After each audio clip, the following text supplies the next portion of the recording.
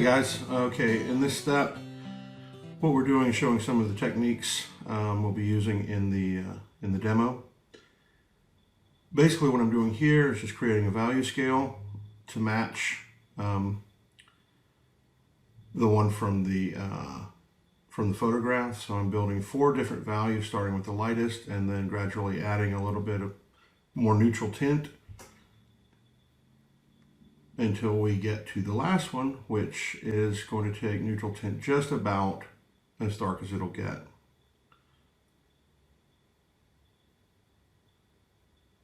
And here we have a wash technique. What I'm doing is blending in clear water to muddle the wash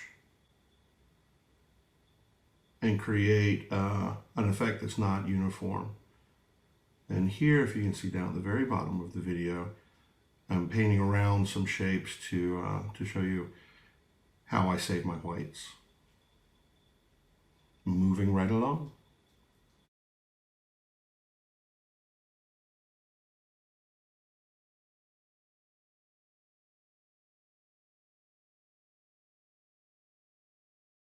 So here we have the reference photo we'll be working from.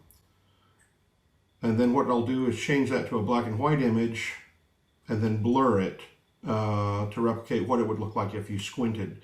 The reason for squinting is to remove the detail and just see the major shapes and light and dark patterns.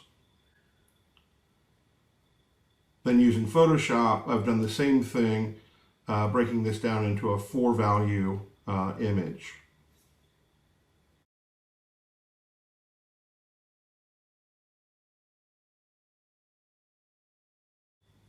So here we have the reference photo,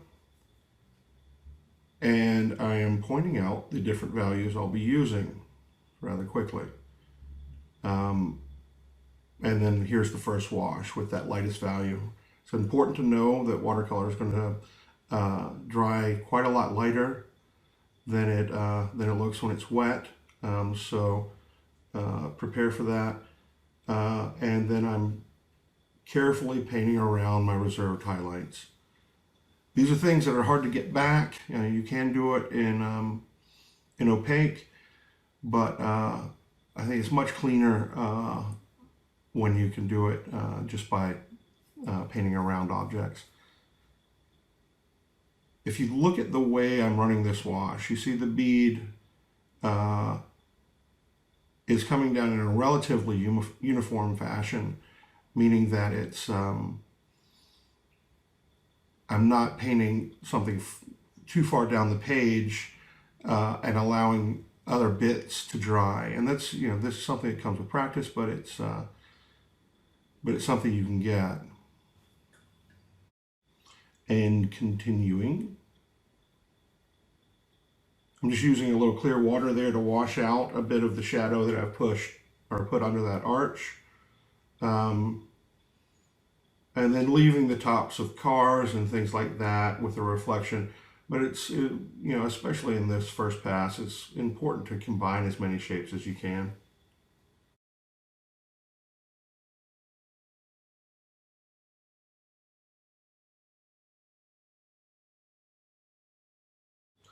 So again, a quick look at the reference photo to plan out the move.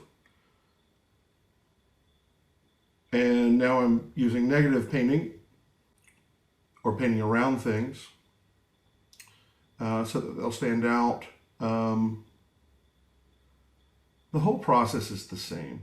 I mean, you start out and you reserve your highlights, which are the white of the paper.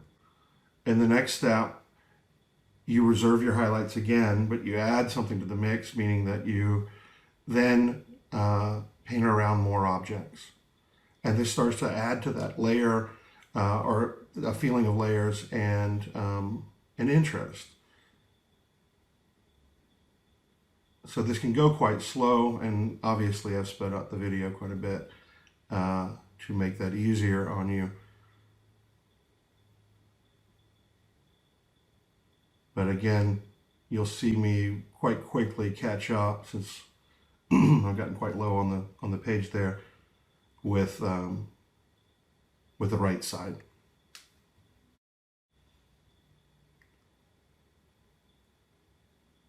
And you see little tick marks that I'm making just there. Architectural detail, you know, what have you. Leave it up to the imagination. You don't have to paint everything you see. And then being careful in that archway there.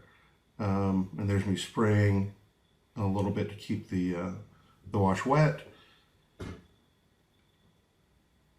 But you'll see that again, the bead has now reached a point where, you know, it's at the same stage or the same place in the painting on the left and the right. And that's the real trick of painting in this fashion, is making sure things don't dry and not getting too involved with detail in one portion of the painting while the water dries on another. You'll see down at the bottom I've started mixing in a little bit stronger value there, but that's just me not being able to stop myself. You don't have to do that. Although strength and solidity do help anchor a painting. Sorry for the hiccups there. Here we go. And done. So here we have the recorded second step. On to step 3.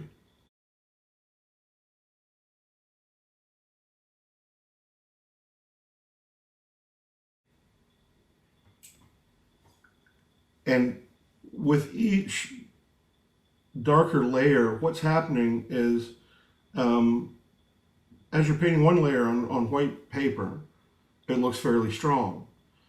And as you put something darker on top of that, you send it back, and you keep sending things back. So things that are strong initially will become your lights, and eventually you'll work your way up to fairly strong value, but that's maybe 5% of the painting should be your strongest values.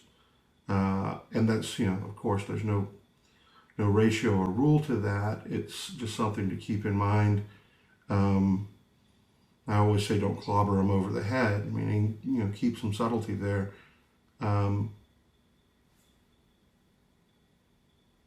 And I'm dropping in some cobalt. I said I was going to do this as a monochromatic, but again, I just cannot help myself sometimes. So that's me starting at the top right. And I've feathered out the wash on the left, meaning I dropped in some water above where it was wet to allow me time to paint on the right. And there is a little bit of burnt sienna. And then back into that that mix of neutral tint. Continuing down the page. That little area at the very bottom, in the right corner with it's actually my wife and a little taxi, I think, can become a little problem or troublesome. So I'm going to have to figure out a way to simplify that and not have so much action going on at the exact corner of the image.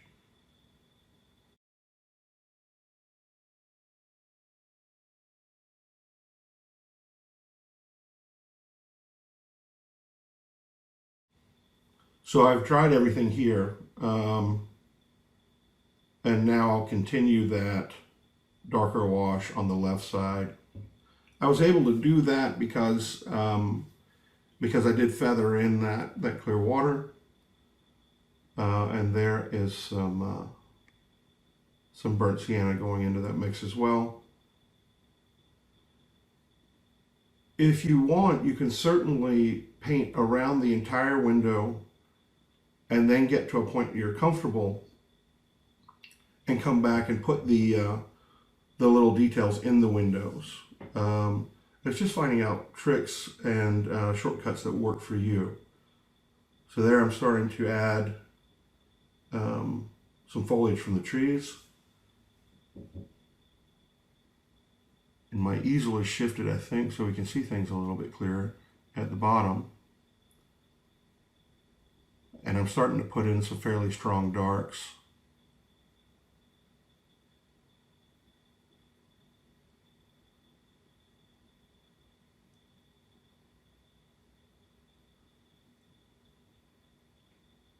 And there's that arch again, and cobalt blue.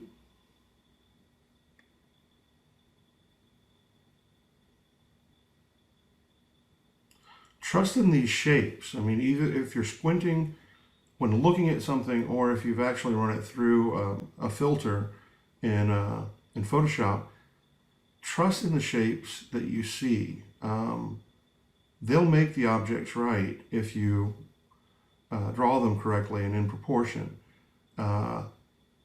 They won't, it's quite often they won't look right until the very end. And as always, a watercolor does go through certain stages of looking quite nice to looking horrible to hopefully looking quite nice again. So keep that in mind. Don't change your game plan to suit the painting unless that's what it needs. Catch-22. So there's the scan with all the bits in. Now we move to our final darks.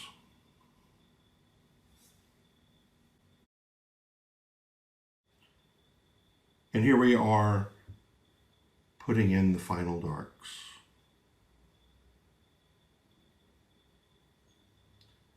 Just little brush strokes here and there for detail or to suggest texture.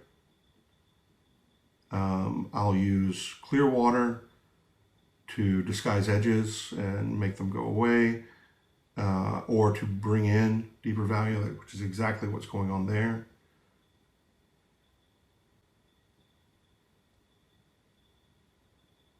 We need some strength at the bottom. The painting needs to sit down, so to speak. And that's, you see me here taking in these, or putting in these darks.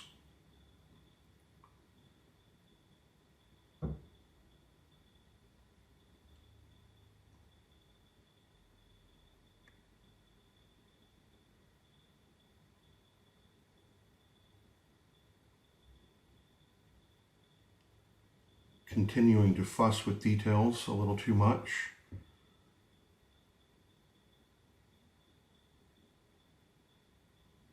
But who's counting? I think that's working well.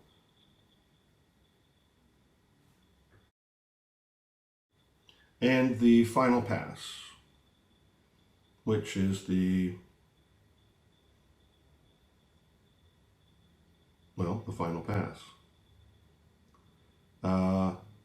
I'm trying not to be too fussy with that car, but it's getting me. And then the very end, just a little cadmium scarlet. Just a touch of color. And do it so carefully. So there's the final. I think as a lesson in saved whites, it's working quite well. Here's some detail. It looks more complicated than it is, which is always kind of a good thing. Thanks for watching, guys, and check out my other videos. Take care.